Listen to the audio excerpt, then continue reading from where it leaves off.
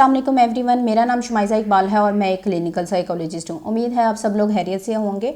आज की वीडियो में हम एक ऐसे जहनी आर्जे के बारे में बात करेंगे जिसमें हमें परेशानी तो जहनी होती है लेकिन उसके सिम्टम्स जिस्मानी आना शुरू हो जाते हैं। इस जहनी आर्जे को हम नाम देते हैं कन्वर्जन डिसऑर्डर या न्यूरोलॉजिकल फंक्शनल डिसऑर्डर का। इसका मतलब ये होता है कि ऐसा बहुत ज़्यादा जहनी दबाव लिया है, बहुत ज़्यादा परेशानी की हालत में रहे हैं जिसके सिम्टम्स हमारे जिस्मानी तौर पर आना शुरू कर देते हैं। जिस्मानी सिम्टम्स हमें कैसे महसूस हो सकते हैं, जैसा कि मरीज़ बेहोश हो जाता है। मरीज़ अगर बेहोश होता है तो वो आधे आधे घंटे तक होश में नहीं आता है, उससे खाना नहीं खाया जा रहा होता, उससे चला नहीं जा रहा होता, उससे बैठा नहीं जा रहा होता। कभी कभी तो इस तरह से लगता है कि मरीज़ ड्रामे कर रहा है। घर वाले अक्सर आकर इस तरह के जुमले बोलते हैं कि जब हम इसको कोई काम कहते हैं तो इसके ड्रामे शुरू हो जाते हैं, ये बेहोश हो जाता है, फिर आधा आधा घंटा इसको होश में लाने के लिए लग जाता है। हमें इतनी परेशानी होती हैं, इसको समझ में नहीं आ रहा होता। मतलब कि मरीज़ के बारे में इस तरह के बातें कर रहे होते हैं। मसला क्या आ रहा होता है कि जब भी पेशेंट इस तरह का शो करता है तो सबसे पहले हम जो है उसको जनरल फिजिशियन के पास लेकर जाते हैं, जो कि जनरल फिजिशियन उसके टेस्ट करवाता है। टेस्ट जब उसके सारे क्लियर आते हैं तो घर वालों के जहन में एकदम से आता है कि जब तुम्हारे टेस्ट ही सारे क्लियर हैं तो फिर तुम्हें कहाँ मसला आ रहा होता है। तो हम या उसमें उसको बहुत ज़्यादा कोई जहनी दबाव मिला हुआ होता है जिसकी वजह से उसके सिम्टम्स सारे जिस्मानी तौर पर उसको महसूस हो रहे होते हैं, लेकिन हमारे सामने वो सच नहीं आ रहे होते क्योंकि टेस्ट उसको क्लियर साबित कर रहे होते हैं, या हमें समझ नहीं आ रही होती कि इसको क्या ऐसा मामला पेश आया। या दूसरी तरफ हम ये समझ रहे होते हैं कि पता नहीं इसको कौन सी इतनी बड़ी बीमारी लग गई है जिसकी वजह से इसमें इस तरह की प्रॉब्लम आ रही है। इसमें मैं एक केस आपके साथ डिस्कस करूंगी। एक बच्ची थी, 10 साल की थी, उसके साथ ऐसा इशू होना शुरू हो गया। घर वालों ने उस पर बहुत ज़्यादा पढ़ाई का स्ट्रेस डाला। नंबर इतने आने चाहिए, आपने पढ़ना इतना चाहिए, आपको मार्क्स इतने ही आने चाहिए, top of the class marks होने चाहिए। उसने इस चीज़ का इतना ज़्यादा जहनी दबाव लिया कि जब उसको पढ़ाई की बात करते थे तो वो बेहोश हो जाती थी, स्कूल के लिए उठाते थे वो बेहोश हो जाती थी। और उसके ये बेहोशी के दौरे जो हैं वो 30-30 मिनट के लिए चलते थे और उसकी परेशानी किसी को समझ नहीं आती थी। और सब घर वाले यही कहते थे कि इसके एक अरसा हो गया, इसके ये ड्रामे शुरू हुए हैं, हमें तो समझ नहीं आती। हमने तो इसके जहनी तमाम टेस्ट करवा लिए हैं, हमने इसके सारे जिस्मानी टेस्ट करवा लिए हैं, लेकिन इसका हमें कुछ समझ में नहीं आई। लेकिन जैसे जैसे हम लोगों ने उसको रूल आउट किया तो यहाँ पता लगा कि उसके साथ परेशानी या जहनी दबाव ये आया था। से भी बहुत ज़हीन लड़की थी, लेकिन जैसे ही उसको ये पता लगा कि मुझे तो सबसे ज़्यादा टॉप पे ही मार्क्स लेने हैं, तो उसने इस चीज़ का बहुत ज़्यादा दबाव किया, महसूस किया, और उसके जहन ने उसके सिम्टम्स जो हैं वो जिस्मानी तौर पर शो करना शुरू कर दिए। अब जब भी मरीज़ हमारे पास आता है तो हम सबसे पहले उसकी ऑर्गेनिसिटी सबसे पहले रूल आउट करवाते हैं कि आया इसको कोई जहनी मसला तो नहीं है। ज़्यादातर मरीज़ तो इन टेस्टों के बाद ही आते हैं, लेकिन अगर कभी कोई मरीज़ इस तरह से आ जाए तो उसका सबसे पहले हमें जहनी ही टेस्ट करवाना पड़ता है ऑर्गेनिसिटी रूल आउट करने के लिए कि कहीं कोई और प्रॉब्लम तो नहीं हो गया।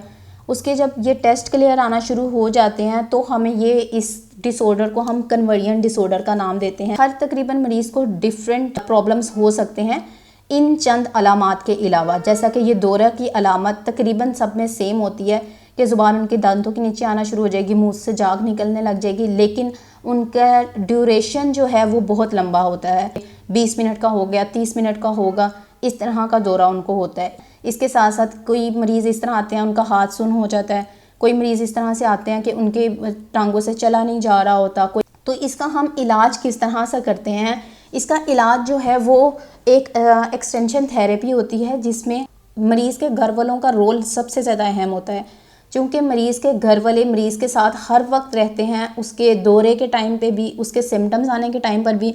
तो घर वालों का इन्वॉल्व होना बहुत ज़रूरी होता है और घर वालों का इस थेरेपी में साथ देना बहुत ज़रूरी होता है। मेडिकेशन का इसमें एलिमेंट ऐसा सच नहीं होता। ज़्यादातर इसमें 95% केसेस में ऐसा ही होता है कि इसमें मेडिकेशन की ज़रूरत नहीं होती। साइकोलॉजिस्ट होता है वो घर वालों को ये एक गाइडलाइंस ज़रूर देता है जिसमें ये होता है कि जब भी मरीज़ को दौरा पड़े तो वो उनको वहीं पर छोड़कर कमरे से बाहर चले जाए और कमरे के बाहर जाकर वो उन पर नज़र लेके रखे, लेकिन मरीज़ को ये शो ना हो कि वो उसके लिए फ़िक्रमंद है, उसको देख रहा था। अब वो बाहर चले जाएंगे तो जितनी भी देर का दौरा होगा उसके बाद हो सकता है मरीज़ खुद ही कमरे से बाहर आ जाए, या अगर आधे पौने घंटे का दौरा हुआ है और उसके बाद आप अंदर गए हैं तो आपने मरीज़ से कोई भी दौरे के मुतालिक सवाल नहीं पूछना। उसको एक बात ये ज़रूर कहनी है कि आपने बहुत अच्छा खुद को कंट्रोल किया। उसको जब हम ये शाबाशी देंगे, उसके अंदर थोड़ा सा कॉन्फिडेंस आएगा कि उसने ये खुद से अपने प्रॉब्लम्स को डील करके वो बाहर आया। और उसको जितना ज़्यादा इस दौरे के दौरान इग्नोर कर सकते होंगे उसको इग्नोर करेंगे। बाद में भी जब वो दौरे से बाहर भी आ जाए तो उससे उस मुतालिक कोई क्वेश्चन नहीं करेंगे, उसके बारे में नहीं कहेंगे कि आप इस तरह से बेहोश हुए, ये हुआ वो हुआ, इस तरह से कोई भी डिस्कशन उसके सामने नहीं होगी। आल्दो ये घर वालों के लिए बहुत मुश्किल होता है, लेकिन यही एक उसका वाहिद हल होता है। अगर घर वाले इतना कोऑपरेट नहीं करते हैं तो उसको फिर एडमिशन की ज़रूरत पड़ती है और उसको हॉस्पिटल एडमिट करवाना पड़ता है, जिसमें फिर डॉक्टर्स और नर्सिस की ज़ेरे निगरानी उसका इलाज किया जाता है। और वहाँ भी इलाज सेम होता है। नर्सिस को सारी गाइडलाइंस प्रोवाइड की जाती हैं और उनको ये सारी बातें बताई जाती हैं कि आपने इसको किस तरह से इग्नोर करना है। और अगर वो आप उनको कोई भी काम करने के लिए देते हैं और वो नहीं करते तो उनको आपने उसकी एक्सरसाइज बतानी है। जैसा कि अगर मैं मरीज़ के पास गई हूँ और मैंने मरीज़ को कहा है कि अपने सिम्टम्स लिखें, तो वो मुझे कहेगा मेरा तो हाथ सुन हो गया, मैं किस तरह से लिखूँ। तो मैं उस वक्त मैं उसको एक्सरसाइज बताऊँगी, मैं कहूँगी आप ये एक्सरसाइज करें, मैं 10 मिनट के बाद आके आपको काम करवाती हूँ। वहाँ हमने ये नहीं करना होता कि आप उनसे काम ले लें, क्योंकि ये समटाइम्स उनके गेंस भी बन जाते हैं अपने। जैसा कि मैंने अभी आपके साथ एक बच्ची का शेयर किया कि वो स्कूल जाते हुए उसको दौरा पड़ना शुरू हो गया था। उसमें जब काम की बारी आती थी उसको स्कूल का काम दौरा पड़ना शुरू हो गया था, तो घर वालों को ऐसा ही लगता था जैसे वो ड्रामे कर रही है।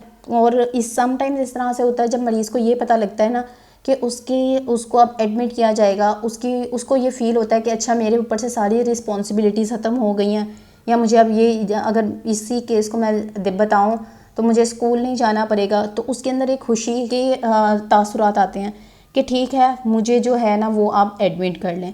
लेकिन ये सारी चीज़ें वो अनकॉन्शियसली कर रहा होता है, उसको ये चीज़ें नहीं मालूम होती कि उसके साथ ये मसला है। लेकिन हमने उसको इससे डील करना सिखाना है कि आपके ये ज़हनी परेशानी की वजह से जो जिस्मानी अलामात ज़ाहिर होने लगी हैं, आपने इससे बाहर किस तरह से निकलना है। अगर हम उनको ये हेल्पिंग हैंड्स प्रोवाइड करना शुरू कर देंगे तो वो उनके ड्यूरेशन लंबे से लंबे होते जाएंगे। मतलब कि पहले आधा घंटे का दौरा पड़ता था, फिर उनको 45 मिनट का पड़ना शुरू, वो लंबा होता जाएगा क्योंकि उनको अटेंशन मिल रही होती है। हमने उनको इतना खुद पर डिपेंडेंट बनाना है कि वो खुद इससे बाहर आएँ। इस वजह से हमने उनको हम पेरेंट्स को, हम नर्सिस को इग्नोर करना सिखाते हैं कि ऐसे मरीज़ों को जिस कदर ज़्यादा आप इग्नोर कर सकते हैं उस कदर ज़्यादा आप इग्नोर करें। उम्मीद है आज की वीडियो आपको अच्छी लगी होगी। और वीडियो अच्छी लगी है तो इसको लाइक और शेयर ज़रूर करें और चैनल को सब्सक्राइब करना ना भूलिएगा।